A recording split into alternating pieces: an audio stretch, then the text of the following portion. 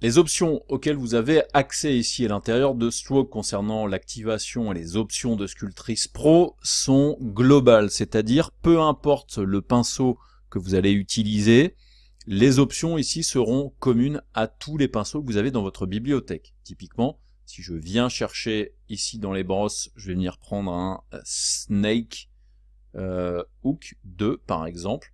On voit ici qu'il est actif effectivement avec Sculptris Pro. Je peux venir ici, voilà, et dessiner avec Snake Hook, voilà, ces espèces de petites excroissances sur ma surface. On voit que les options sont communes à tous les pinceaux. Si vous allez dans Brush, ici vous avez un encart qui s'appelle Sculptris Pro et qui va vous permettre d'activer ou de outrepasser par exemple les valeurs globales de Sculptris Pro pour pouvoir personnaliser chacun de vos pinceaux. Donc là typiquement, si par exemple je viens chercher ici le dame standard, celui-ci, donc là si avec le dame standard je dessine, effectivement, il est actif avec Sculptris Pro et donc il me subdivise en même temps que je suis en train de dessiner.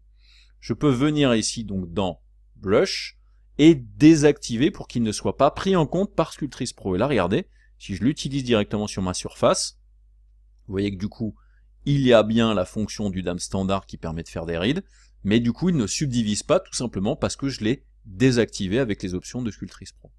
Donc ensuite vous allez pouvoir personnaliser vos pinceaux en fonction de l'utilisation que vous voulez en avoir avec Sculptris Pro. Donc je peux refaire Enable, mais du coup en fait ce que je voudrais c'est pas utiliser les valeurs globales que j'ai déjà données dans Stroke. Donc je vais venir ici cocher, décocher Use Global, ce qui va me permettre ici par exemple de choisir mon Adaptive Size si c'est combiné sur la subdivision et l'optimisation en même temps. Et donc là du coup je peux décider par exemple que sa subdivision sur le dame standard typiquement ce sera en 0,2. Et là quand je vais venir ici, regardez là, maintenant, je vais faire un petit Shift F, ça va me permettre de subdiviser de manière un petit peu plus violente, spécifiquement que sur ce pinceau là, et ça va me permettre du coup d'aller peut-être un petit peu plus vite dans mes phases de sculpture, sans être obligé systématiquement pour chaque pinceau, refaire un tour dans Stroke, refaire un tour dans les propriétés générales de Sculptris Pro, etc., etc.